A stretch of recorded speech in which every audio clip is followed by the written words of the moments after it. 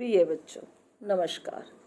जैसा कि आपको ज्ञात है कि सीबीएसई ने कक्षा 10 के पाठ्यक्रम में बदलाव किया है। संदेश लेखन जो अब तक पाठ्यक्रम में शामिल नहीं था, लेकिन आने वाली परीक्षा में संदेश लेखन को आपके कोर्स में रखा गया है। संदेश शब्द की व्युत्पत्ति समधनिश धनघन शब्द से हुई है, जिसका अर्थ है सूचना देना या समाचार प्रेषित करना। किसी के द्वारा भिजवाई गई या कहलाई गई बात को संदेश कहते हैं, अर्थात किसी व्यक्ति विशेष या समूह द्वारा किसी व्यक्ति या समूह को दिए जाने वाले सुखद दुखद समाचार ही संदेश की श्रेणी में आते हैं। बच्चे, आप सब जानते हैं कि संदेश लेखन कोई नया विषय नहीं है। हम सब संदेश शब्द से परिचित हैं। आप सभी जानते हैं कि प्राचीन काल में कबूतरों के माध्यम से संदेश भिजवाया जाता था। जब राजा को अपनी प्रजा को कोई संदेश भिजवाना होता था तो वह नगाड़े बजवाकर संदेश दिलाया करते थे। एक राजा दूसरे राजा को दूत के माध्यम से संदेश भिजवाते थे। बदलते समय के साथ संदेश भेजने के तरीके में भी परिवर्तन आया। आधुनिक काल में डाकिये घर घर चिट्ठी के द्वारा संदेश पहुंचाने लगा। समय की मांग के साथ साथ डाकिये के स्थान टेलीफोन ने ले लिया, टेलीफोन का स्थान मोबाइल ने, और आजकल तो संदेश के अनेक माध्यम है। फेसबुक है, मैसेंजर है, ट्विटर है, व्हाट्सएप आदि ने तो परिदृश्य ही बदल दिया है। संदेश का उद्देश्य अपनी बात या कथन को दूसरों तक पहुंचाना। उदाहरणतः अगर आपके घर में कोई पिताजी से मिलने आता है और पिताजी घर पर नहीं है, तो वह व्यक्ति कहता है कि आने पर ये संदेश दे देना कि मुझे उनसे ऑफिस के कार्य से संबंधित चर्चा करनी है। तब यह भी तो संदेश का एक प्रकार हुआ।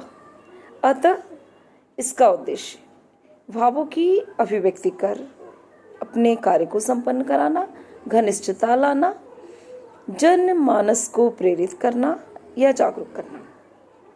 संदेश लेखन के अनेक प्रकार हो सकते हैं, जैसे राष्ट्रीय संदेश, प्रधानमंत्री या राष्ट्रपति के द्वारा देश के नाम संदेश। अभी हाल ही में कोरोना बीमारी से संबंधित प्रधानमंत्री ने देशवासियों को संबोधित किया और उन्हें सजग रहने के लिए कहा। बधाई संदेश, विविध पर्व एवं त्योहारों पर भेजे जाने वाले संदेश, होली के त्योहार से संबंधित संदेश, दिवाली, दशहरा, नववर्ष, ईद आदि त्योहारों पर समाज के सभी लोग आपस में एक दूसरे को बधाई संदेश प्रेषित किया करते हैं। सामाजिक संदेश, किसी की जयंती या पुण्यतिथि के अवसर पर भेजे जाने वाले संदेश, या जब समाज के उत्थान के लिए किसी वर्ग के द्वारा कोई आवाज़ उठाई जाए, कोई बात कही जाए। जैसे कि आप आए दिन देखते कि हमारे लेखक वर्ग हैं, कवि वर्ग हैं, और समाज में आने वाली घटनाओं को प्रेषित करते हैं अपनी कविता के माध्यम से, अपने लेखन के माध्यम से। अभी आपने कोर्स में ये भी देखिए पढ़ रहे हैं, उत्साह कविता के माध्यम से कवि निराला संपूर्ण प्रकृति में परिवर्तन लाना चाहते हैं, संपूर्ण सृष्टि के लोगों के हृदय में परिवर्तन लाना चाहते हैं, उन्हें जागृत करना चाहते हैं, उन्हें जो है कि एक नई चेतना भरना चाहते हैं, है ना। तो इस तरह से सामाजिक संदेश हुए। ये व्यक्तिगत संदेश कि जब आप अपने मन की बात माता पिता से कहना चाहते हैं, जब आप कहीं दूर होते हैं, भाई से कहना चाहते हैं, मित्रों से कहना चाहते हैं, है ना, तो हम उनके लिए कुछ शब्द, कुछ वाक्य, कुछ बातें हम लिख कर देते हैं, तब भी वो हमारे संदेश कहलाते हैं। इस प्रकार के संदेश व्यक्तिगत संदेश कहलाते हैं। अब हम संदेश लेखन के प्रारूप पर बात कर लें कि संदेश लेखन किस तरह से लिखा जाना चाहिए।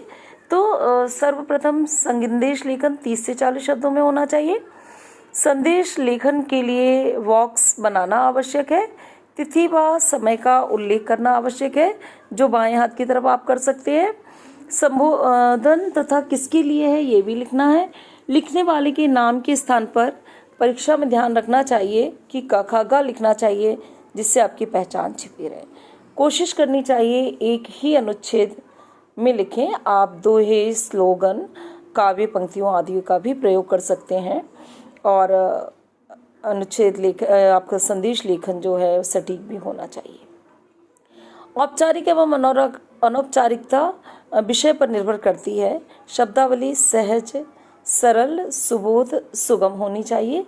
सृजनात्मकता के माध्यम से आप अपनी विचारों को कहें, लेकिन विषयगत तथ्यों पर अधिक ध्यान दें। और संदेश लेखन आप संक्षिप्त रूप में लिखें। इसमें रंगों का प्रयोग भी कर सकते हैं, आप चित्र भी बना सकते हैं। आप अपनी अपनी क्षमता के अनुसार जितना अधिक सुंदर बनाएंगे उतने अधिक आप अच्छा कर पाएंगे। और धन्यवाद बच्चों।